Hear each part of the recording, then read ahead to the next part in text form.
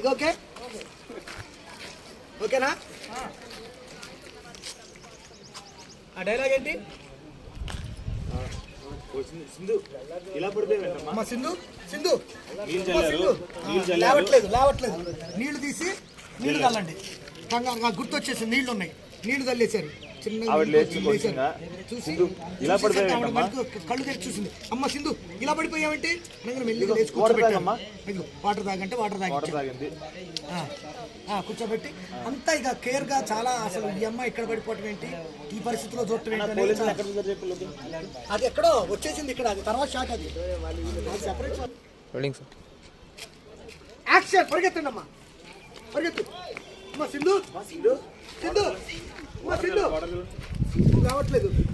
Water చల్లండి చల్లండి.